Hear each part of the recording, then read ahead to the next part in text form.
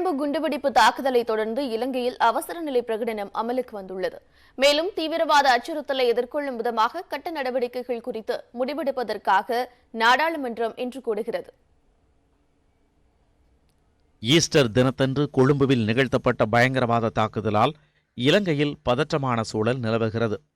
இதையடுத்து அதிபர் மைத்திரிபால சிறிசேனா அவசர நிலையை பிரகடனப்படுத்தியுள்ளார். இதற்கான ஆணை அரசிதழிலும் வெளியிடப்பட்டுள்ளது. இதன் மூலம் சந்தேகப்படும் நபர்களை கைது செய்ய பாதுகாப்பு படையினருக்கு கூடுதல் அதிகாரம் வழங்கப்பட்டுள்ளது. மேலும் தாக்குதல் சம்பவத்தை தொடர்ந்து இலங்கை நாடாளுமன்ற அவசர கூட்டம் இன்று கூடுகிறது. இதில் பாதிக்கப்பட்டுள்ள பகுதிகளில் மேற்கொள்ள வேண்டிய அடுத்த கட்ட நடவடிக்கைகள் குறித்து விவாதிக்கப்பட உள்ளதாக தகவல் வெளியாகியுள்ளது.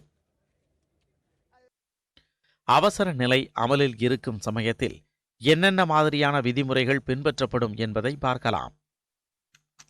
அரசியல் சாசனத்தை தவிர மற்ற எந்த ஒரு சட்ட விதிகளையும் மீறி அதிபர் செயல்பட முடியும். அடிப்படை உரிமைகளையும் கட்டுப்படுத்த முடியும். சந்தேகப்படும் நபர்களை கைது செய்து நீண்ட காலத்திற்கு காவலில் வைக்க பாதுகாப்பு படையினருக்கு அதிகாரம் உண்டு. இலங்கையை பொறுத்தவரை பொதுமக்களின் பாதுகாப்பை உறுதிப்படுத்துதல், வன்முறையை ஒடுக்குதல், பொதுமக்களுக்கு அத்தியாவசிய சேவைகளை வழங்குதல் ஆகியவற்றுக்காக அவசர நிலை பிறப்பிக்கப்பட்டுள்ளது.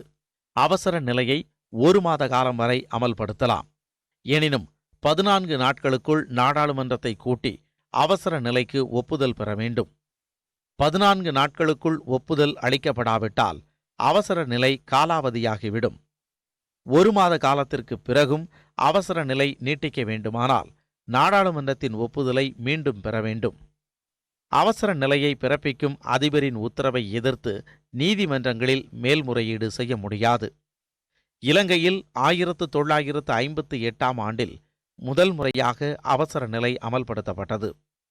விடுதலை புலிகள் அமைப்பின் ஆதிக்கத்தை தொடர்ந்து 1983ஆம் ஆண்டு முதல் 2011ஆம் ஆண்டு வரை அவசர நிலை தொடர்ந்து அமலில் இருந்தது. இடைப்பட்ட காலத்தில் 1989ஆம் ஆண்டில் 5 மாத காலங்களுக்கு அவசர நிலையிலிருந்து விலக்கு அளிக்கப்பட்டது.